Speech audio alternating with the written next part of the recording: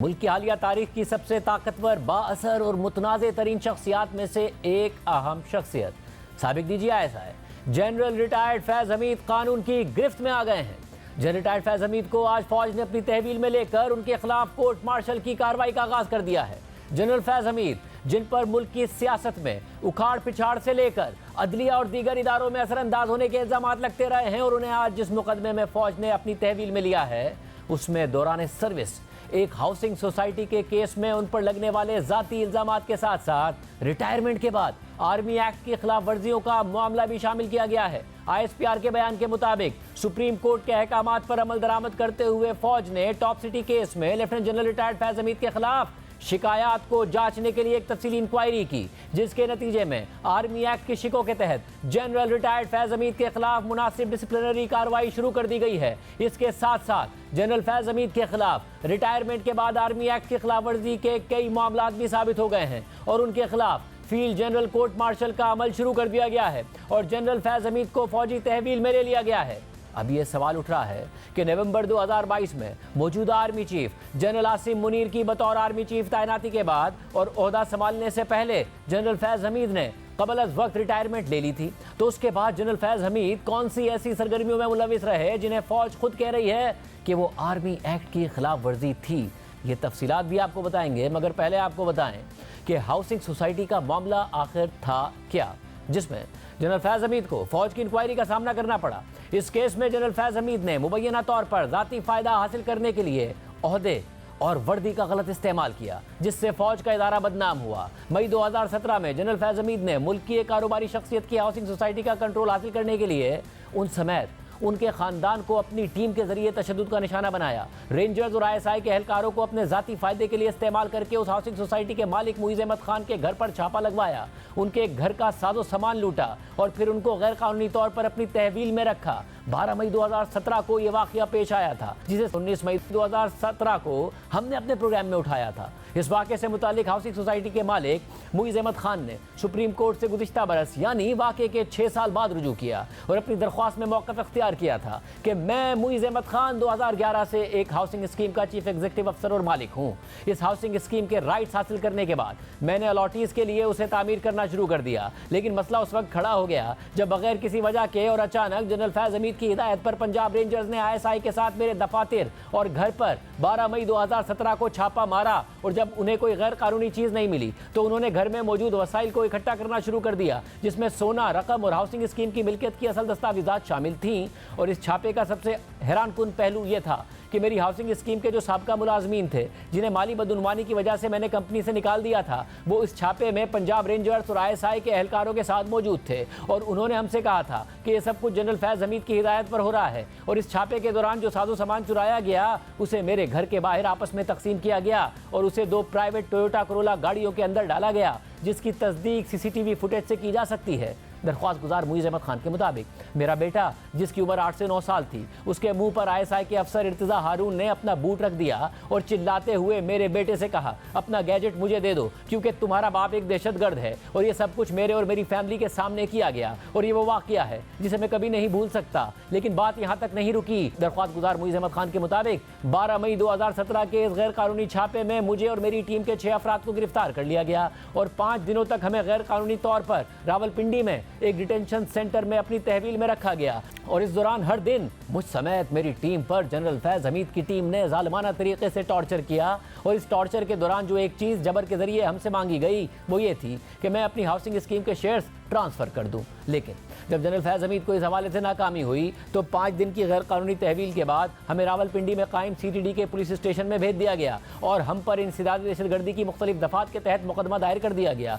और जब मुझे CTD के हवाले किया गया था तो उस रात मेरे ससुर मुझसे मिलने के लिए आए थे, लेकिन जनरल फैज़ हमीद की टीम ने उन्हें भी अगवा कर लिया और उन्हें 45 दिन तक गैर कानूनी तौर पर कैद में रखा गया और जब उन्हें रिहा किया गया तो उनमें कैंसर जैसे मर्ज की तशखीस हुई और बाद में वो इंतकाल कर गए। इसके अलावा जब सीडीडी के केस की समाअत के दौरान मैंने और मेरी टीम ने मेडिकल सहूलियात की दरख्वास्त की तो हमें ISI के नुमाइंदों की तरफ से यह पैगाम दिया गया था कि अगर हम अपने मौक़िफ़ से पीछे नहीं हटे तो मेरे ससुर की जान खतरे में पड़ सकती है। और ये इसलिए कहा गया क्योंकि उस वक्त मेरे ससुर रावलपिंडी में उनकी तहवील में थे। और ये बात भी काबिल ज़िक्र है कि इस गैर कानूनी तहवील के दौरान मिलिट्री इंटेलिजेंस के अफसरान ने भी मेरे ख़ानदान से 12 मई के गैर कानूनी छापे की तफसीलात जानने के लिए मुलाकातें की। दरख्वास्त गुजार के मुताबिक जनरल फैज़ हमीद और उसकी टीम ने मुझे मजीद बेबुनियाद केसेस में फंसाने की कोशिश की। मनी लॉन्ड्रिंग जैसे केसेस में मुझे फंसाने की कोशिश की गई, मगर हर इदारे ने मुझे बेकसूर करार दिया और इस सब की वजह से मेरे ख़ानदान ने जहनी तौर पर बहुत नुकसान उठाया। मेरी अहलिया जहनी सदमों की वजह से मुख्तलिफ आर्ज़ों में मुब्तला हो गई और इन वाक़यात की वजह से मेरे ससुर की जान चली गई। और जब जनरल फैज़ हमीद अपने मकासद में नाकाम हो गए तो उन्होंने वसीम ताबिश नामी शख्स के ज़रिए इन वाक़यात से ख़ुद को अलहदा करने की कोशिश की। और इस सिलसिले में वसीम ताबिश ने मेरी जनरल फैज़ हमीद के भाई सरदार नजफ हमीद से मुलाकात तय करवाई थी और ये मुलाकात चकवाल के एक मुकामी चाय के होटल पर करवाई गई थी। और जब मैं इस होटल में पहुंचा तो वहां जनरल फैज़ हमीद के भाई सरदार नजफ हमीद पहले से मौजूद थे। और इस मुलाकात के दौरान जनरल फैज़ हमीद के भाई सरदार नजफ हमीद मुसलसल माफिया मांगते रहे और मुझे इस बात पर कायल करने की कोशिश करते रहे कि उनके भाई जनरल फैज़ हमीद इस वाक़े में मुलविस नहीं थे और वो एक अच्छे इंसान हैं। दरख्वास्त गुजार मुईज़ अहमद खान के मुताबिक जब मुझे अदालत से बरी कर दिया गया तो उस वक्त पाकिस्तानी फ़ौज में खिदमत सर अंजाम देने वाले मेरे एक कज़न ब्रिगेडियर हामिद खान ने उस वक्त के ISI के DGC जनरल फैज़ हमीद से रब्ता किया और फिर जनरल फैज़ हमीद ने मेरे कज़न को पारा में अपने दफ्तर बुलाया। और इस मुलाकात के दौरान जनरल फैज़ हमीद ने मेरे कज़न को बताया कि मेरे घर पर छापे के दौरान जो चीज़ें रेंजर्स और ISI के एहलकार लेकर गए थे और जिसकी वापसी का हम मुतालबा कर रहे थे उनमें से कुछ चीज़ें तो वापस कर दी जाएंगी, लेकिन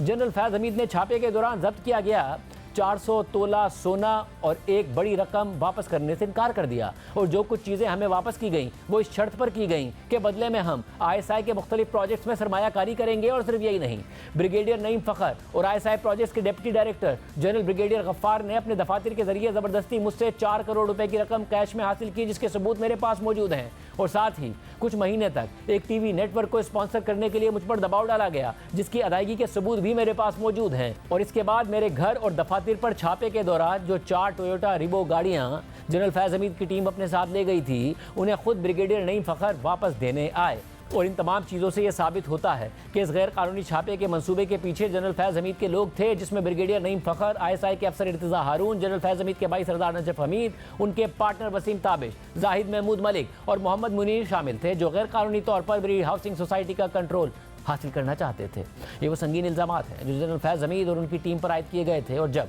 मई 2017 में यह वाक़या हुआ तो हमने 19 मई 2017 के प्रोग्राम में तफसीलात बताई थी।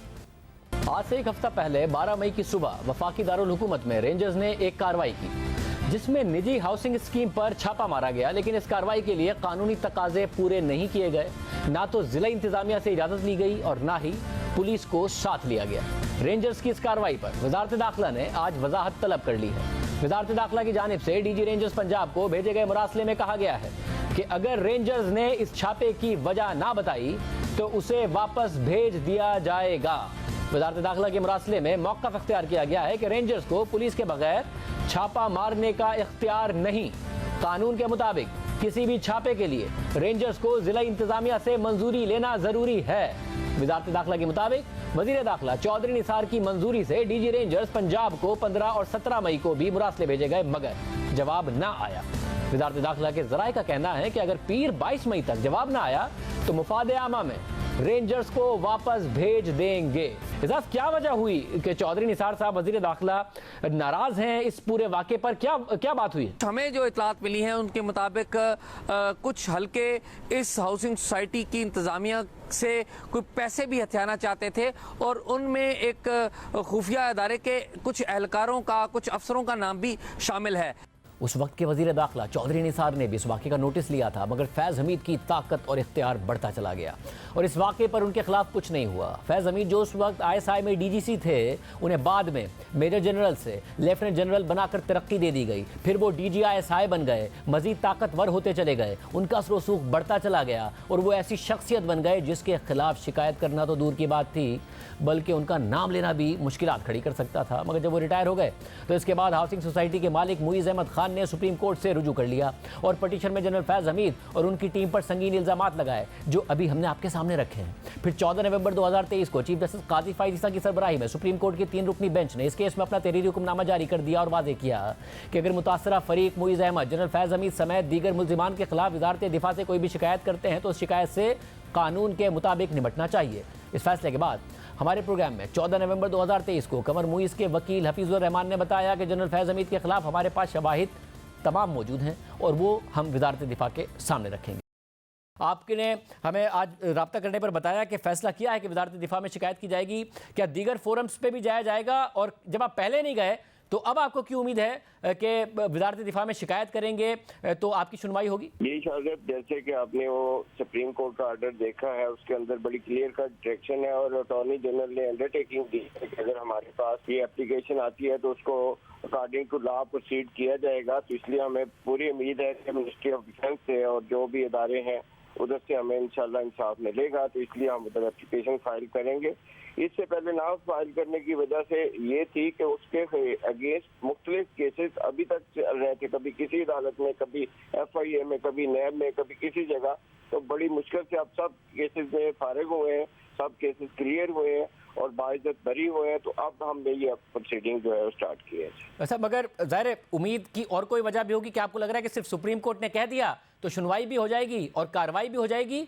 या हालात वाक़यात आपको ऐसे लगते हैं कि जिसकी वजह से आपको इसकी उम्मीद है? जी नहीं, हमारे पास एविडेंस मौजूद है। सुप्रीम कोर्ट ने डायरेक्शन, एक वाज़ेह डायरेक्शन दे दी है और अटॉर्नी जनरल ने कंसीड किया है कि जी अगर हमारे पास एप्लीकेशन आती है तो हम अकॉर्डिंग टू लॉ इसको प्रोसीड करेंगे, चाहे वो जितने भी पावरफुल हों, जो भी लोग हों, तो वो कार्रवाई करेंगे। इसलिए हमें उम्मीद है कि इंशाल्लाह हमें इंसाफ मिलेगा। जब आप कहते हैं कि सबूत मौजूद हैं, क्या जो फुटेज भी आप कहते हैं कि वो भी मौजूद है, सामान लूटने की भी, आपस में तकसीम करने की भी, फिर उनके बेटे के साथ जो वाक़या हुआ, क्या ये सारे फुटेजेस मौजूद हैं, ये वीडियो सबूत मौजूद है? सारे उनके घर में कैमरे थे, हर चीज की रिकॉर्डिंग हुई हुई है और उसकी सारी रिकॉर्डिंग मौजूद है। और आप ये वजारत दिफा में को देने को तैयार हैं या फिर देंगे जब आप वहाँ पर जाके शिकायत करेंगे? बिल्कुल, हमने सुप्रीम कोर्ट में भी उसकी USP में सारी एविडेंस साथ लगाई थी और वहाँ भी हम सारी एविडेंस देंगे थी। इस नतीजे पर आपके क्लाइंट कैसे पहुंचे कि जनरल फैज़ हमीद ही इस सब के पीछे हैं? जी, उसकी सारी एविडेंस है हमारे पास और वो जिस वक्त वो बुलाया जाएगा कमर मईज को तो वो अपने तमाम एविडेंस जो उसके पास है वो पेश करेंगे जी उसके लिए। मतलब आपको अंदाजा है कि वजारत दिफा का मतलब है कि आप पाक फौज से या आर्मी चीफ से मुतालबा कर रहे हैं कि इस मामले को देखा जाए और उसकी तहकीकात की जाए? जाहिर है अल्टीमेटली तो आर्मी चीफ ही उसके पास कॉम्पिटेंट अथॉरिटी है और उन्होंने इसको डिसाइड करना है कि क्या एक्शन लिया जाए और क्या ना लिया जाए। जिसके बाद रवा साल अप्रैल में खबर सामने आई कि फौज ने साबिक DGI जनरल फैज़ हमीद के खिलाफ इंक्वायरी शुरू कर दी है और निजी हाउसिंग सोसाइटी के मालिक की दरख्वास्त पर एक इंक्वायरी कमेटी बना दी है, जिसकी सरबराही मेजर जनरल ओहदे के अफसर करेंगे। और फिर अगले दिन हमारे प्रोग्राम में बात करते हुए वज़ीर दिफा ख्वाजा आसिफ ने कहा था कि मामले की शफाफ इंक्वायरी होगी और कोई ना कोई नतीजा ज़रूर निकलेगा। ज़ाहिर वज़ीर दिफा हैं, कमर मुईज़ हैं, एक हाउसिंग सोसाइटी के मालिक। 2017 में उनके साथ जो हुआ वो हमने उस वक्त भी कवर किया, कल भी तफसीलात बताई। अब पाक फौज ने एक इंक्वायरी कमेटी बनाई है, अदालत में गए थे वो, मगर अदालत ने कहा कि आप वजारत दिफा से करें, फिर उन्होंने वजारत दिफा से की। अब अगर ये कमेटी बनाई गई तो उम्मीद की जाए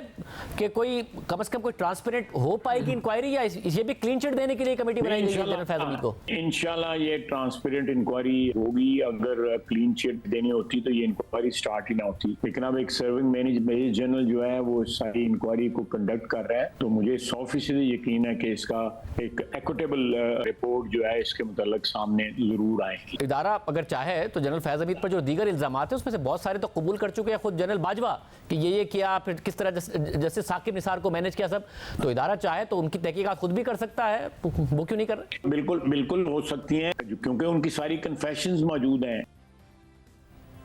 और आज इस इंक्वायरी के नतीजे में जनरल फैज़ हमीद को फौज ने अपनी तहवील में लेते हुए उनके खिलाफ कोर्ट मार्शल की कार्रवाई शुरू कर दी है। और ISPR की प्रेस रिलीज के मुताबिक जनरल फैज़ हमीद के खिलाफ न सिर्फ हाउसिंग सोसाइटी के केस में एक्शन शुरू कर दिया गया है, बल्कि उनके खिलाफ रिटायरमेंट के बाद आर्मी एक्ट की खिलाफ वर्जियाँ भी साबित हो गई हैं। आखिर रिटायरमेंट के बाद जनरल फैज़ हमीद ऐसी क्या खिलाफ वर्जियाँ करते रहे,